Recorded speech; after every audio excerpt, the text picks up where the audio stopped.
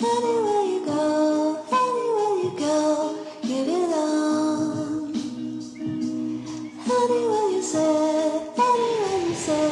anywhere.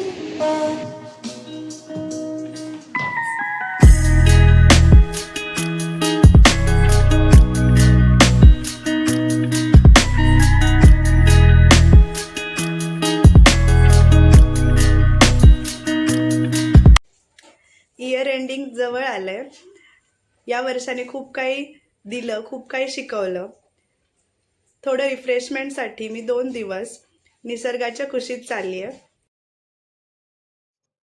आपल्याला कधी कधी थोडी विश्रांतीची गरज असते. गोंगाटापासून, धावपळीपासून दूर, कोणतीही घाई गडबड नाही, फक्त आणि फक्त निवांतपणा.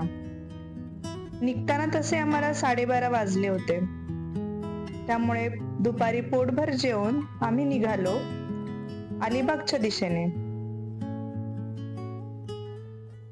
मुंबई बेंगलोर हायवेने आम्ही निघालो.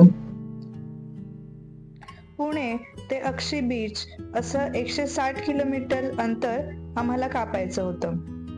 त्यासाठी 4.5 तास लागणार होते.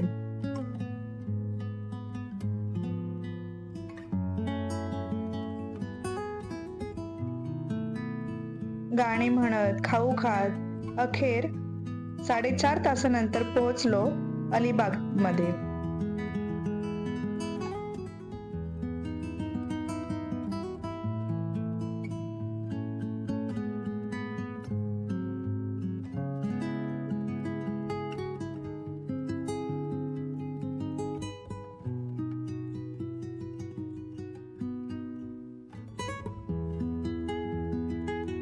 मी आता अलिबागला पोहोचली आहे आणि हे आजचं आमचं हॉटेल आहे.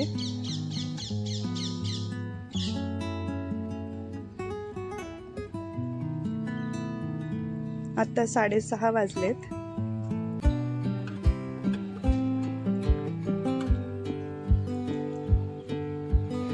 इथे आमची आजची राहण्याची सोय आहे.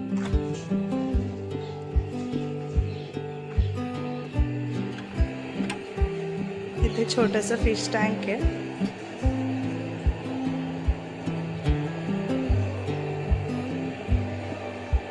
हे बघा ना किती छान केलंय. प्लेट्स वरती हे नक्षीकाम केलंय.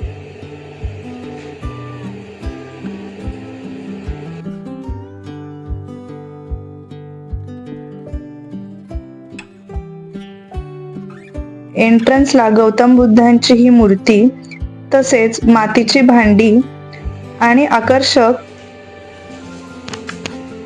वस्तूंची सजावट इथे करण्यात आली होती. तळमजल्यावरच आमची रूम होती.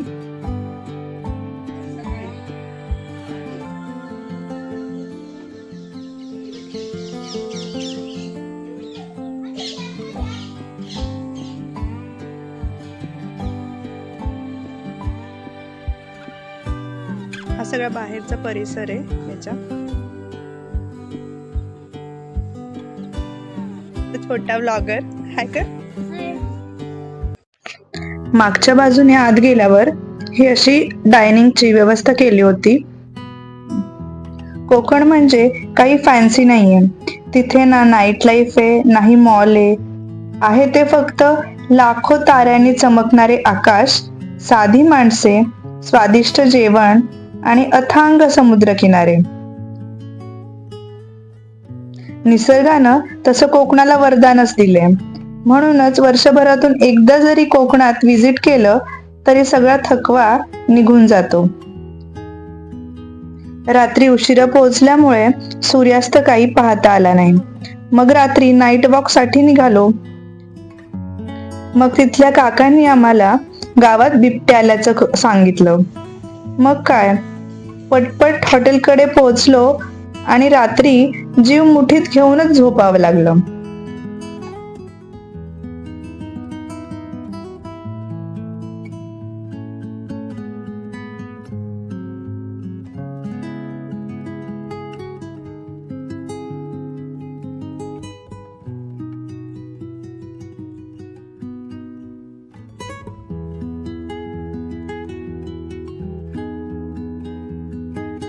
सकाळी नाश्ता करून नागाव बीचवर पोहोचलो.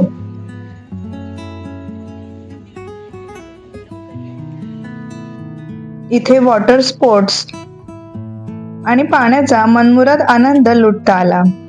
तसंच कैरी, चिंच आणि आवळेही खायला मिळाले. कोकण म्हटलं की व्हेज फूड तसं कमीच बघायला मिळतं. दुसऱ्या दिवशी सकाळी नाश्ता करायचा होता, पण व्हेज हॉटेल काही मिळतच नव्हतं. शेवटी 20 मिनिटं शोधून आम्हाला एक रेस्टॉरंट सापडलं. ते होतं सुरुची. मग आंबोळी, सोलकढी, मोदक याची टेस्ट घेऊन आम्ही निघालो.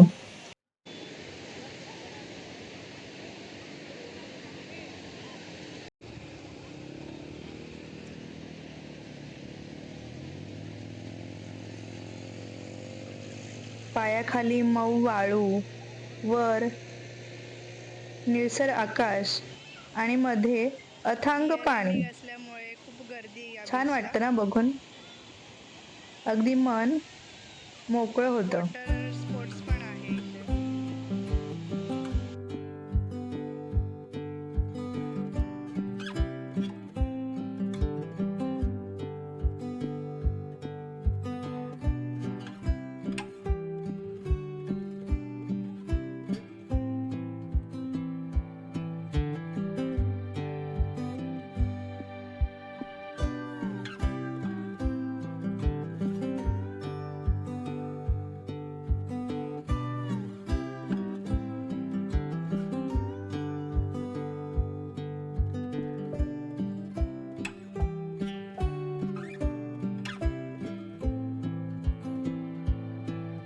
दोन वाजता हॉटेलवर परत पोहोचलो.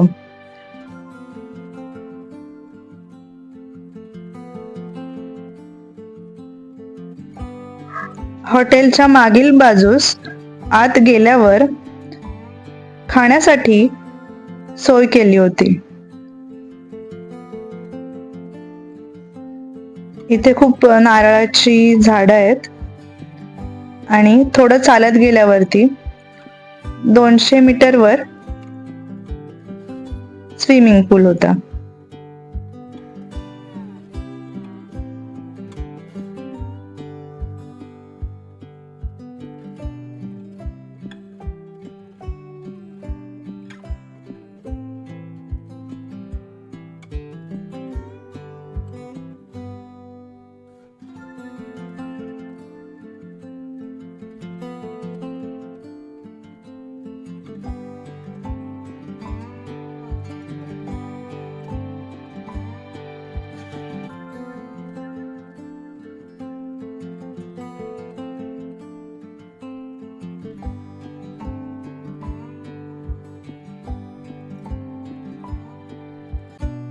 निवांत बसण्यासाठी इथे छान जागा केली होती.